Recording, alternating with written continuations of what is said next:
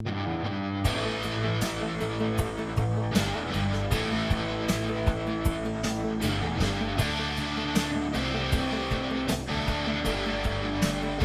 everyone, it's the Flying Collector. Welcome to the channel. Subject of today's video is Hot Toys' Boba Fett, one of the many Bobas released by the Hong Kong company. This one here was released last year to celebrate the 40th anniversary of The Empire Strikes Back. This one has the additional alternative Boba accessories that we'll come to in a while. Packaging wise, on the outside, regular Hot Toys black box design. On the inside, old school canner style packaging, white borders and all, not just on the front, on the sides and the back as well. Now I must admit, when I first saw this online, I wasn't too impressed, but now looking at this in the flesh, I think it's actually not too bad. One thing to note with regards to the quality of the packaging, the box quality is not as good as the ones that you usually get from Hot Toys. I mean, the edges are already starting to peel, and the cardboard feels a lot cheaper. So if you're intending to get any of these Hot Toys figures with the old school canner style packaging, I suggest you find a place that is dry enough to store these boxes.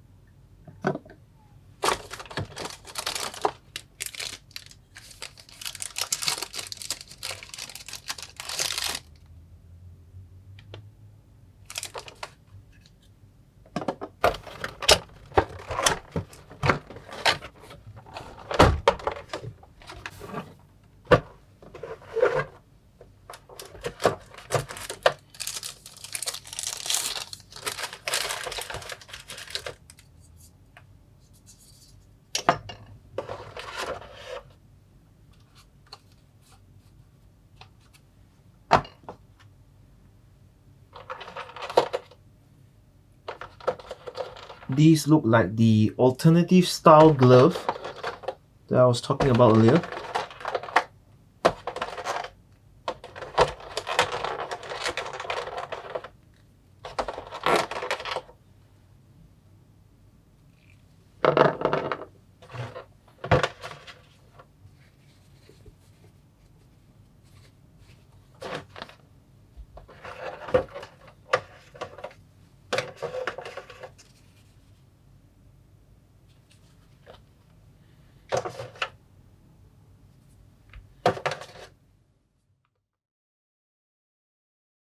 A lot of accessories for this one. There are basically two sets, one from The Empire Strikes Back and the other from the concept Boba Fett.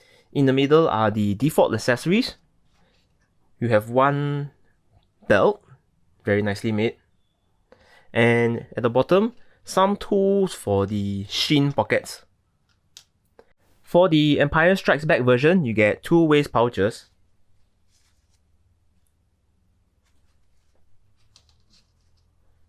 seven hands, one rifle,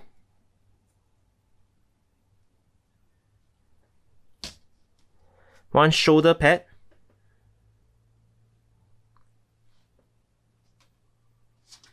one pistol,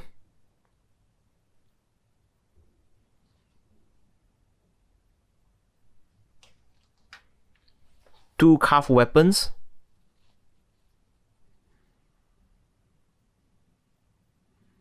The string here doesn't go anywhere, it runs into Boba Fett's sleeve.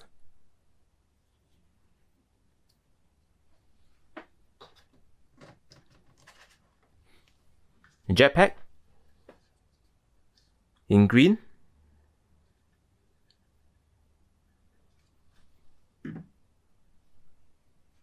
Helmet.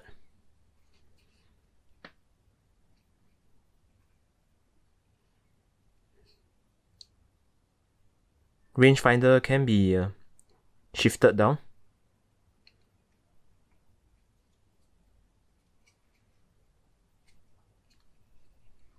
And a wired cape.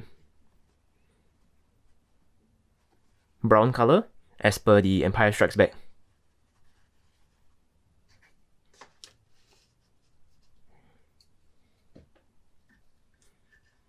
The display base, nothing much to talk about. Usual Hot Toys display base.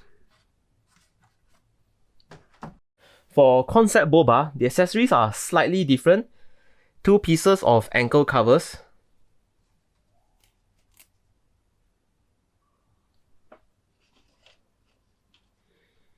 Two waist pouches of different color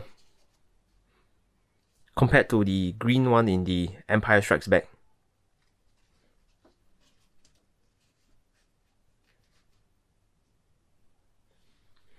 Seven hands with markings on the top, comparing to the Empire Strikes Back version.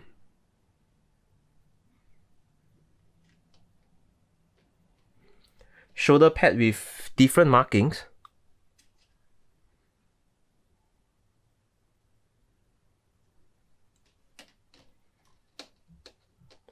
Weird looking blaster.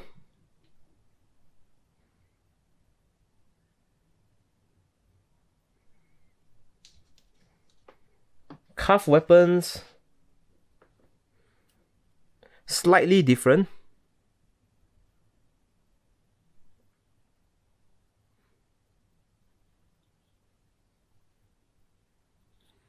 Mainly this piece here.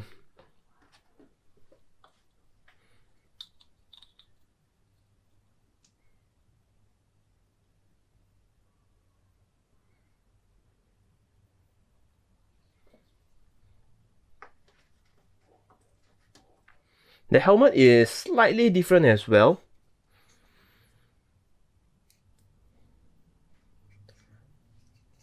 Note the missing dent, as well as the difference in markings and color.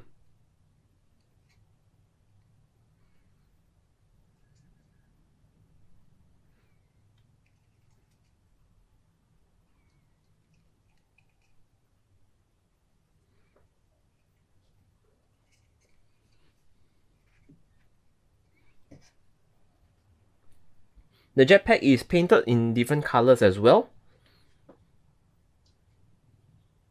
with slightly more detail at the bottom. Personally, I prefer the concept one. It actually looks more interesting compared to the all green one from the Empire Strikes Back. And lastly, for the cape, slightly bigger than the one from the Empire Strikes Back, just all green. And I forgot to mention, the capes are wired. Moving to the figure, I'll start with the head.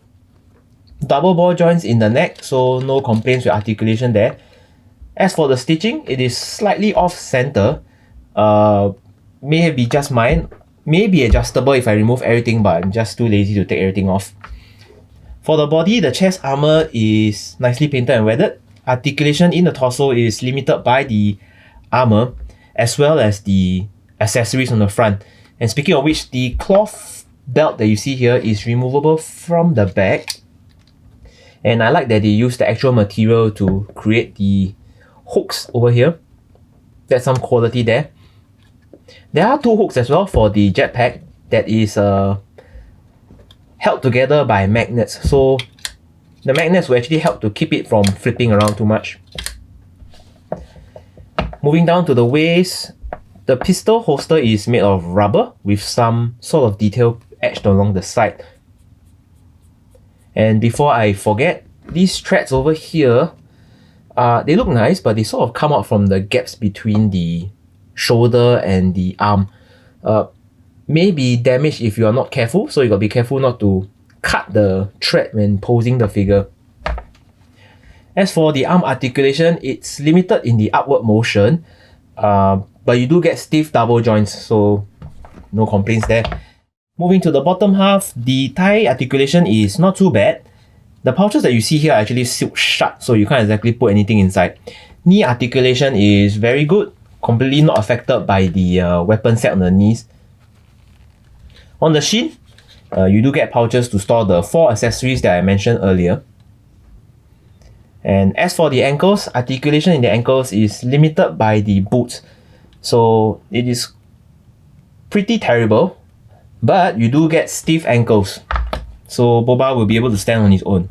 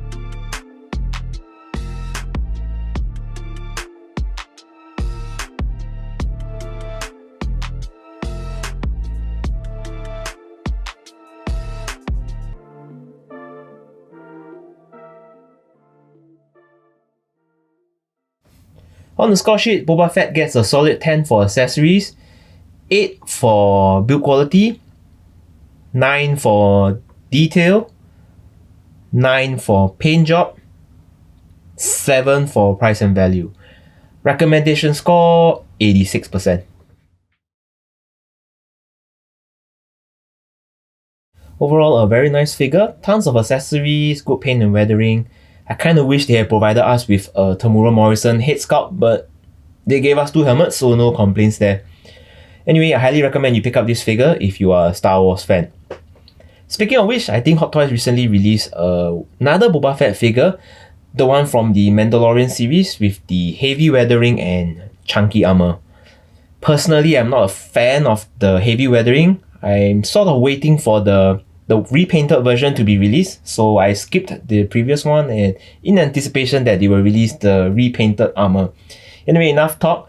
Let me know your thoughts on this figure in the comments below. Thumbs up if you like this video, subscribe to support me, and I'll catch you on the next episode. Take care.